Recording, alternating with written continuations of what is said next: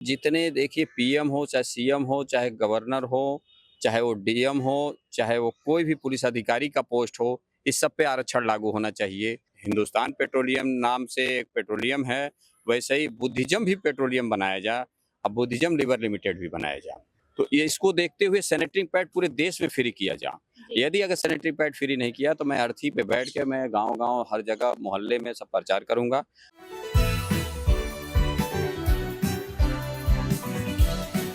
नमस्कार, आप देख रहे हैं यूआईपी न्यूज और मैं आपके साथ आशु धारीवाल। इस वक्त हम जंतर मंतर पर मौजूद हैं। मेरे साथ है राजन यादव, अर्थी बाबा। अर्थी बाबा कई बड़े मुद्दों को लेकर जो है अनशन कर चुके हैं। ये इनके चौथे फेज का अनशन है और इसी के साथ बता दें कि बहुत ही आम मुद्दे यानी कि आम जनता के मुद्दों को लेकर ये हमेशा अनशन पर बैठते हैं। आज इनसे बात करेंगे और जानेंगे इस बार कौन से बड़े और आम मुद्दों को लेकर ये जंतर मंतर पहुंचे हैं। देखिए, मेरा नाम है राजन यादव उर्फ अर्थी बाबा, मैं भंते जी हूँ। जी। मैं गोरखपुर का रहने वाला हूँ और मैं यहाँ जंतर मंतर पे आज 23 तारीख को धरने पे बैठा हूँ। ये मेरा चौथा चरण का ये धरना है। देखिए, मेरा पहला मुद्दा है कि जो मोबाइल की लाइफ टाइम इनकमिंग पहले फ्री थी, अब वो उसको बंद कर दिया गया है और रिचार्ज को इस समय बढ़ा दिया गया है। तो मैं चाहता हूँ कि रिचार्ज के रेट्स आधे हो जाएँ और जो मोबाइल की लाइफ टाइम इनकमिंग थी उसको फ्री हो जाए। जो आज हमारे देश के अधिवक्ता हैं, उनके अधिवक्ता सुरक्षा प्रोटेक्शन बिल पास हो और उनको भी वेतन और पेंशन और उनके साथ आयुष्मान कार्ड भी उनको दिया जाए। और देखिए, जैसे आउटसोर्सिंग द्वारा भर्ती की जा रही है, संविदा के द्वारा भर्ती का ये परमानेंट भर्ती नहीं हो रही, जिससे आरक्षण का लॉस हो रहा है। इसलिए मैं चाहता हूँ परमानेंट भर्ती की जाए और आउटसोर्सिंग की भर्ती एकदम बंद कर दी जाए। प्रमोशन में ओबीसी का आरक्षण नहीं है। अभी ओबीसी का विधानसभा लोकसभा में आरक्षण नहीं है और जितने देखिए पीएम हो, चाहे सीएम हो, चाहे गवर्नर हो, चाहे वो डीएम हो, चाहे वो कोई भी पुलिस अधिकारी का पोस्ट हो, इस सब पे आरक्षण लागू होना चाहिए और सारी पोस्टों पे आरक्षण लागू होना चाहिए। दूसरा ये है कि जैसे हमारे हवाई जहाज़ के जो टिकट है, रेलवे के टिकट में जैसे पैसे की वापसी होती है, वैसे हवाई जहाज़ में भी टिकट की वापसी होनी चाहिए। वो सारी सुविधाएँ वो मिलनी चाहिए। और जो रेलवे के प्लेटफ़ार्म है, जैसे हवाई जहाज़ के प्लेटफ़ार्म पे जैसे उन एयरपोर्ट पे आपको ट्रॉली मिलती है और यहाँ रेलवे स्टेशन पे ट्रॉली नहीं रहती है, जिसके चलते कुलियों का मनमाना पैसा वसूली होती है, ये सब बंद होगा, ट्रॉली की व्यवस्था भी होनी चाहिए। देश में जितने भी सरकारी ज़मीनों पे टेम्पल्स बने हैं, उस टेम्पल के बगल में हमारे बुद्ध टेम्पल भी होने चाहिए।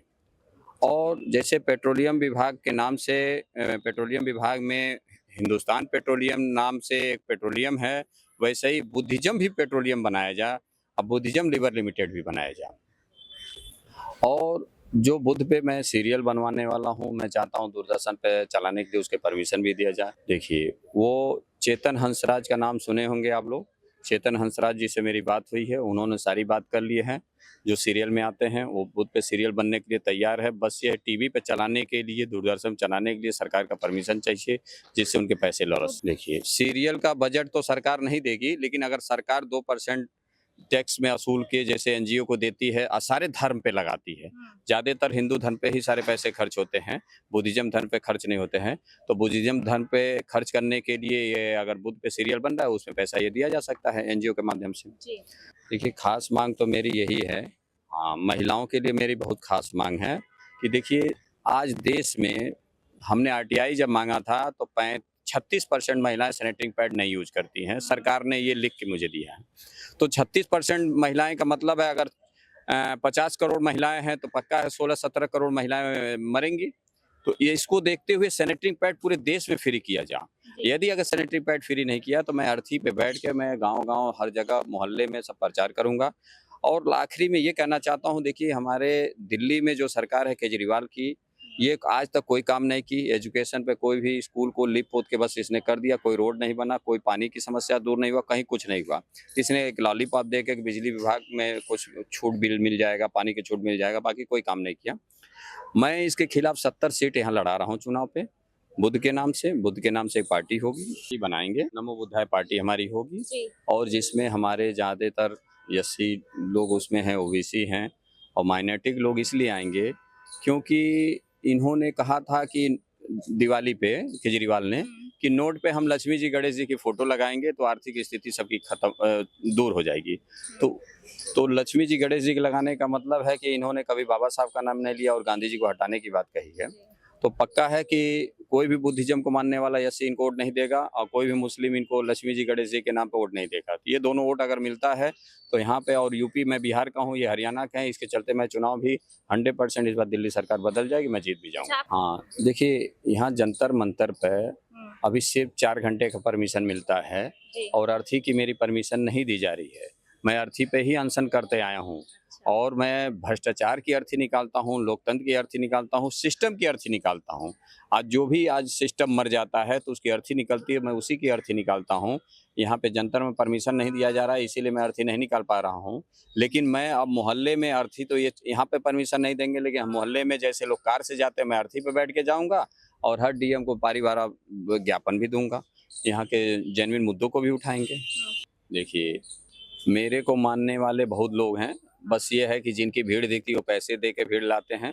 भीड़ कभी बिना पैसे के नहीं आती है और मेरे पास जो भीड़ है वो गाँव की जनता, हर फेसबुक पे, मेरे सोशल मीडिया पर सारी ओर से मेरे को समर्थन मिलता रहता है। मैं देश का पहला ऐसा आंदोलनकारी हूँ जो वर्ल्ड में मेरे से ज़्यादा कोई आंदोलन नहीं किया है, मेरे से ज़्यादा कोई आरटीआई नहीं माँगा है। अभी मैं जो चुनाव लड़ा था, अर्थी पे बैठ के ही अभी गोरखपुर से मैंने 13-14 चुनाव लड़ा हूँ।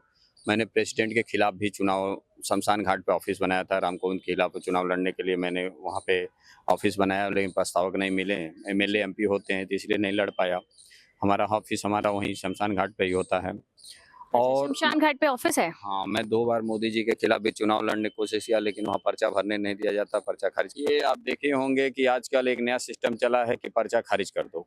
उसमें ऐसे-ऐसे कॉलम बनाया गया है, कहीं से भी कोई गलती निकाल के पर्चा नहीं भरने देते हैं। बहुत लोग, अच्छे-अच्छे लोगों के पर्चे खारिज हो जाते हैं। मैंने अखिलेश के खिलाफ भी दावेदारी किया था। मैं योगी जी के खिलाफ 2009 में चुनाव लड़ा हूँ। जी। 2014 में राजनाथ सिंह के खिलाफ भी पर्चा भरा। मेरे परिणाम यही निकले कि मैं चुनाव हार गया और लखनऊ से पर्चा मेरा खारिज करा दिया गया राजनाथ सिंह के खिलाफ। फिर मैं मोदी जी के खिलाफ भी 2014 में लड़ने, लखनऊ से राजनाथ सिंह के खिलाफ मैंने नाम। अब देखिए, आरएसएस एक संगठन है, बीजेपी एक पार्टी है, उसी के संगठन के अंदर में ये बीजेपी पार्टी आती है। योगी जी हमारे गोरखपुर से हैं, जब एमपी थे तब से मैं चुनाव वहाँ लड़ता हूँ। कभी ऐसा था कि योगी जी मैं एम्स को लेके धरने पे बैठा था, वहाँ शमशान घाट पे योगी जी मेरे धरने पे आए थे, उसकी फ़ोटो भी मैं दिखा सकता हूँ। मैंने कहा आप एमपी हैं यहाँ के, यहाँ शमशान घाट पे पानी पीने की व्यवस्था नहीं है, तो उन्होंने कहा कि ठीक है, डीएम साहब, एडीएम लोग आए थे मेरे अनशन पे, तो यहाँ बना दीजिए। तो सीएम बने तो उन्होंने बना दिया, बल्कि मैंने ही आंदोलन करके वहाँ गोरखपुर में एम्स में भी बनवाया है। अब रही बात, देखिए योगी जी की, देखिए वो मठ से आते हैं, उनके पास बहुत बड़ा मठ है। योगी जी एक बड़े संस्था के मालिक हैं और आरएसएस एक मालिक है। तो अब दोनों में क्या बन रही है, क्या ठन रही है?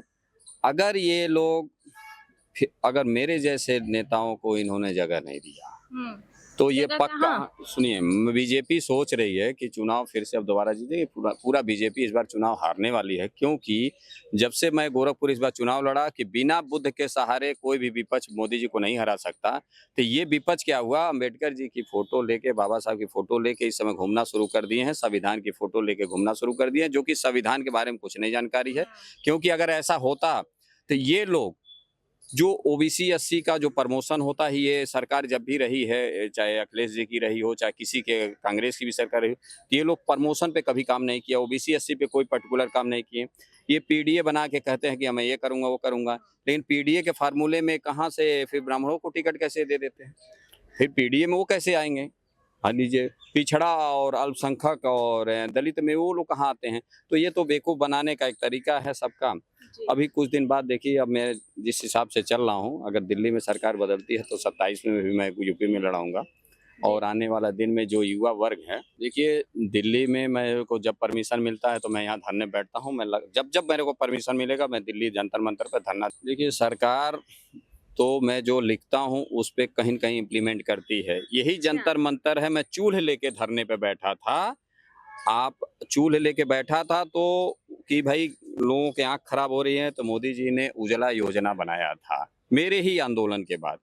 और दूसरी बात, 59,000 जो भर्ती घोटाला यूपी में आप सुने होंगे, बहुत हाईलाइट चल रहा है। तो आप मेरे फेसबुक अर्थी बाबा सर्च करिएगा, 2020 में जब वो भर्ती घोटाला हुआ तभी मेरे पास मीडिया मेरे पास आई थी। मैंने उसका आंदोलन किया। वो मैंने बोला कि इस भर्ती में घोटाला हुआ है और उसी समय में मीडिया की जो चैनल पे मेरा चलाया गया था, फेसबुक पे भी मैंने डाला है। और जब ये कोर्ट ने बोला तब सारे नेताओं ने बोलना शुरू किया। कोई नेता मेरे से पहले नहीं बोल पाया। आज जो मैं बोला वही कोर्ट बोलती है, जो मैं आज कहता हूँ वही कल सरकार करती है। इसीलिए देखिए, ये लोग सत्ता में जो भी है, कहना नहीं चाहिए, किसी को नॉलेज नहीं है। अच्छा, आज नॉलेज ही नहीं है। नहीं है, मैं कैसे? क्योंकि ये लोग डॉक्टर की अभी आंदोलन की बात कर रहे हैं कि डॉक्टर हड़ताल पे हैं। क्या कभी डॉक्टर इस चीज़ पे हड़ताल हुआ कि हमारे हॉस्पिटल में एक्स-रे मशीन नहीं है या दवाई नहीं है, क्या बेड नहीं है, सुविधाएं नहीं है? कभी किसी डॉक्टर ने नहीं बोला कि पब्लिक के लिए। अपने लिए तो हर आदमी बोलता है और पब्लिक मर गई। आंदोलन करने के बहुत सारे तरीके हैं। आप काम करते करते भी काली पट्टी बांध के या खाना ना खाइए, भूख हड़ताल पर रहिए 10 दिन, ना खाइए डॉक्टर साहब आप लोग। और दूसरी बात ये क्या नाम है, जब आपका काम खत्म हो जाए आप गेट पे धरने पे बैठ जाइए। लेकिन काम के साथ धरना देना चाहिए। किसी को गला दबा के तो कोई धरना देगा तो उसको जेल जाना चाहिए, चाहे वो मैं हूँ चाहे कोई भी हो। तो ये तो किसी को प्रावधान नहीं। जैसे पेट्रोल विभाग में भी पेट्रोल पंप नहीं बंद कर सकते, क्योंकि आम जनमानस का उससे एम्बुलेंस चलती है, लोग साधन से हॉस्पिटल जाते हैं। तो इसीलिए कुछ ऐसी चीजें हैं जिस पे आंदोलन नहीं हो सकता। लेकिन ये आंदोलन गैर कानूनी तरीके से हुआ। सुप्रीम कोर्ट इस पे चुप है, जो कि जंतर मंतर पे माननीय सुप्रीम कोर्ट ने लगा दिया कि 4 घरों ने आवेदन किया कि यहाँ पे धरना होने से शोर हो रहा है, हम लोग का नुकसान हो रहा है। पूरे देश की 140 करोड़ जनता का पता चला कि धरना ही बंद हो गया। 3 घंटा के लिए परमिशन मिलता है, वो भी 10 दिन पहले आप दीजिए। क्या जिसको आंदोलन, जिसको समस्या हो 10 दिन बाद अब आप आएगा तो बताएगा, तो तब तक वो समस्या कहाँ रह जाएगी, तब तक तो मर ही जाएगा। मान लीजिए किसी को दवाई नहीं मिल रहा है, किसी को सुविधा नहीं मिल रहा, तो 10 दिन कहाँ इंतजार करेगा, तब तक तो उसकी डेथ ही हो जाएगी। तो ये हाल है हमारे देश का। तो हमारे देश में जो नेता हैं सब अपनी जायदाद बनाने के लिए नेता बने हैं, ये हमारी जनता के लिए नहीं है। पहले चना तो मेरा केजरीवाल को ही दबाना है। अच्छा जी। क्योंकि 2010-11 में मैं ही जेपी पार्क पे जब अन्ना हजारे धरना देने वाले थे, तो उसी समय मैं जेपी पार्क पे 14 अगस्त को मैं बैठ गया था धरने पे। दिल्ली पुलिस कमिश्नर आई, मुझे उठाने की कोशिश की, जब नहीं उठा पाई तो कही तिहाड़ जेल आपको बंद करेंगे।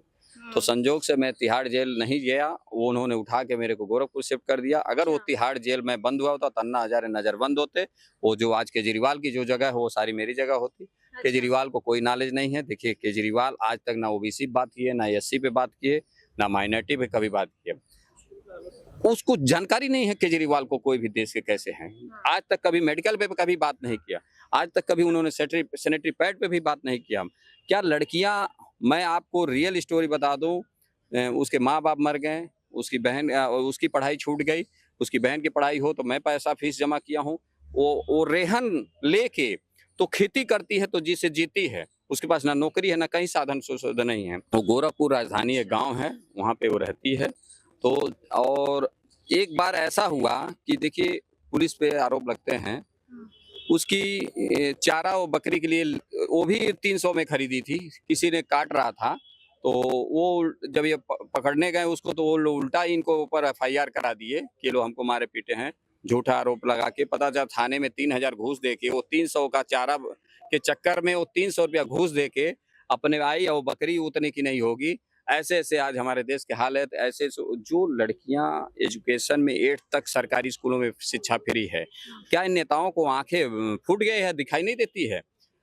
कोई भी कहीं से उठा ले, सिर्फ 8 तक ही सरकारी स्कूल में, प्राइवेट में कहीं नहीं है। क्या सरकार के पास हर चीज हायर करती है, किराए पे ऑफिस खोलती है, तो क्यों नहीं प्राइवेट स्कूलों को ले लेती है? क्यों नहीं हमारे सरकारी स्कूलों को सेंटर स्कूल बना देती है? ये मुद्दे पे मैंने डाला है। जितने सरकारी स्कूल है इसको एक शिक्षा करना चाहिए, एक बोर्ड बनाना चाहिए। अभी देखिए, एजुकेशन में तो भ्रष्टाचार इतना तगड़ा आ गया है कि आप देखेंगे हर स्कूल के राइटर अलग हो गए हैं किताबों के। 8-10 एक क्लास के 8 राइटर, 8 किताबें, तो इसका मतलब है कि कम से कम ये राइटर अपनी किताब बेचने के लिए 700-800 रुपए की। तो बात की हमने अर्थी बाबा से और उनके मुद्दों को सुना। बहुत ही आम मुद्दे हैं, महिलाओं के मुद्दे हैं, और इसी के साथ बीजेपी को एक बड़ी चुनौती है, और वो भी उनके गढ़ यूपी से है। बाकी ऐसे ही देश और दुनिया की तमाम बड़ी खबरों के लिए आप देखते रहें UIP न्यूज।